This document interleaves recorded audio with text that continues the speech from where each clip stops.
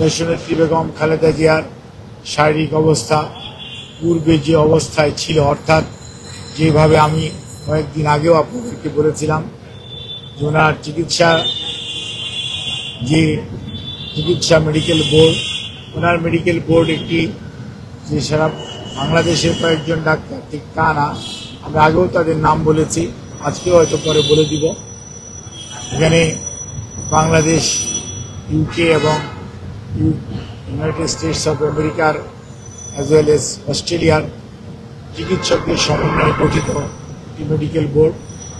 সেই বোর্ড প্রতিদিন সকালবেলা ওনার স্বাস্থ্য পরীক্ষা করেন এবং ওনারা এখানে আলোচনা করেন, কিন্তু যেহেতু টাইম ডিফারেন্স আছে সেজন্যই প্রতিদিন আবার সন্ধ্যার পরে বিদেশিদের সাথেও আমাদের যৌথ এমডিটি মানে মেডিকেল মাল্টিডিসিপ্লিনারি যে মেডিকেল টিম, সেটার মিটিং হয় এবং তারই পরিপ্রেক্ষিতে ওনার চিকিৎসা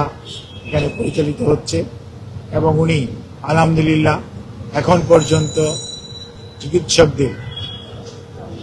পরামর্শ মোতাবেক যে চিকিৎসা ওনাকে দেওয়া হচ্ছে সেই চিকিৎসা উনি ঠিকমতো গ্রহণ করতে পারছেন এবং ওনার শারীরিক অবস্থা গত কয়েকদিন পূর্বেও যে অবস্থায় ছিল আলহামদুলিল্লাহ উনি সেটি মেনটেন করে যাচ্ছেন। সেজন্যই চিকিৎসক সহ ওনার সাথে সম্পৃক্ত সবাই, আমরা যারা এই হসপিটালের চিকিৎসকরা সহ সবাই অত্যন্ত আশাবাদী যে ইনশাআল্লাহ দেশনেত্রী বেগম খালেদা জিয়া ধীরে ধীরে সুস্থ হয়ে যাবেন। তারপরেও মনে রাখতে হবে ওনার যে অসুস্থতা এবং ওনার যে বয়সের চেয়ে বেশি ওনার যে অসুস্থতা এবং ওনাকে পরিকল্পিতভাবে যেরকম অসুস্থ অবস্থার মধ্যে বিগত সময়ে ঠেলে দেওয়া হয়েছে, চিকিৎসা যথাযথভাবে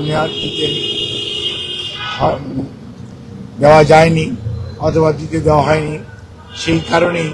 ওনার শারীরিক জটিলতা মারাত্মক রকম বেড়ে গিয়েছিল। সেই জন্যই এবার উনি বেশ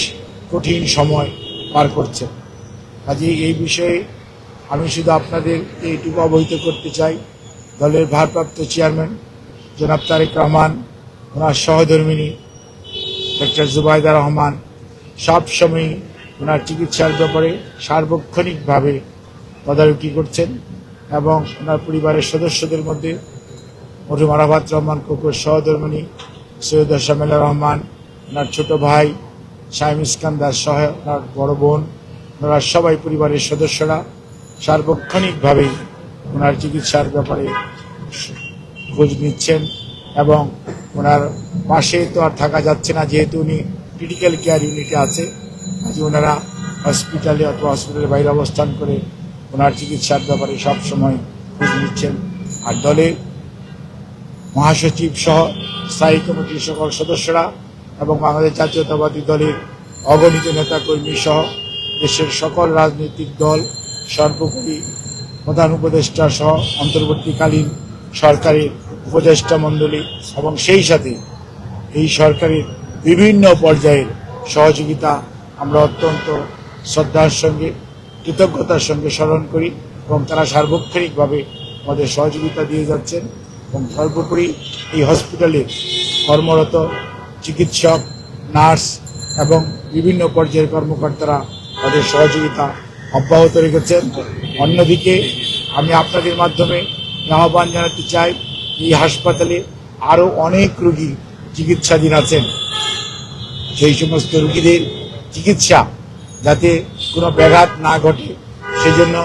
আইন শৃঙ্খলা রক্ষাকারী বাহিনী সহযোগিতা করছেন। কিন্তু আমি আপনাদের মাধ্যমে সকলকে অনুরোধ করতে চাই, আপনারা এই হসপিটাল সবার জন্য উন্মুক্ত, এই হসপিটালের সেবা গ্রহণ করার সুযোগ সবারই আছে। কাজে আপনারা পূর্বে যারা সেবা গ্রহণ করতেন ওনারাও গ্রহণ করবেন এবং কোনো অবস্থাতেই দেশনেত্রী বেগম খালেদা জিয়ার চিকিৎসার জন্য আপনাদের চিকিৎসার কোনো ব্যাঘাত ঘটবে না এবং আমরা এর কোনো নেতাকর্মী কোনো ধরনের বিঘ্ন সৃষ্টি করবে না, এটা আমরা বিশ্বাস করি, এটা আমরা আশা রাখি, এটা আমরা আমাদের সবার কাছে আহ্বান জানাই আপনাদের মাধ্যমে। আপনাদের সবাইকে অনেক ধন্যবাদ।